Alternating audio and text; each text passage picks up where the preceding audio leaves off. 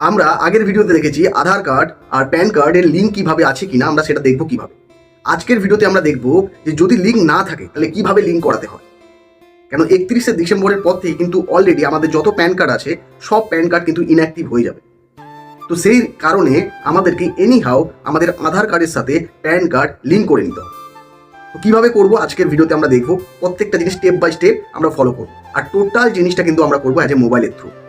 At first আমরা ফোনে গুগলে যাবো, গুগলে সার্চ করবো কি ইনকাম ট্যাক্স ডিপার্টমেন্ট। অলরেডি আমার সার্চ করেছি ইনকাম ট্যাক্স, এই ইনকাম ট্যাক্সে ক্লিক করবো।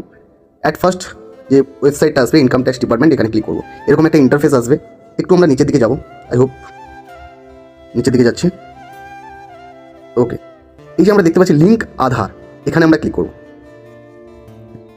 ওকে, তো টোটাল 3টে স্টেপ, খুব ইজি স্টেপ। 3টে স্টেপে আমরা কিন্তু আমাদের আধার কার্ডের সাথে আমাদের প্যান কার্ডটা লিঙ্ক করাতে পারবো।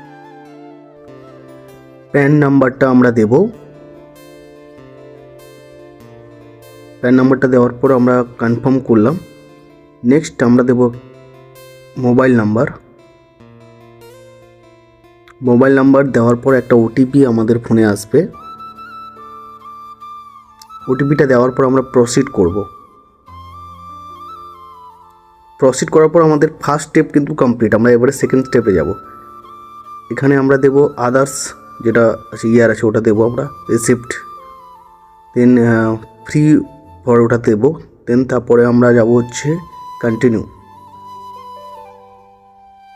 ওকে, দেন আমাদের ব্যাংক চুজ করব, আদার্স ব্যাংক, যেটা আমাদের ব্যাংকের মধ্যে যে ব্যাংক থেকে আমরা টাকাটা ট্রানজ্যাকশন করব, SBI।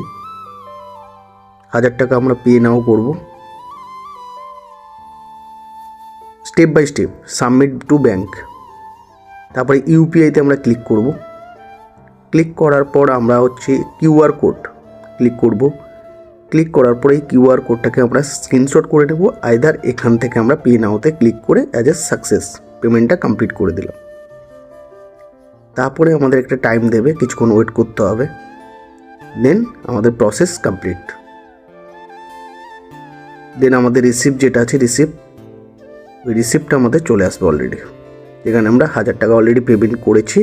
অ্যাজ এ ভিডিওটা ইনফরমেটিভ হলে আপনাকে কি করতে হবে, যদি ফেসবুক থেকে ভিডিওটা দেখেন তাহলে অবশ্যই পেজটাকে ফলো করে নিতে হবে, আর যদি ইউটিউব থেকে দেখেন তাহলে অবশ্যই সাবস্ক্রাইব করে নিতে হবে, আর অবশ্যই ভিডিওটাকে শেয়ার করে দেবেন বাকিদেরকে দেখার জন্য। ততক্ষণ পর্যন্ত রাধে রাধে।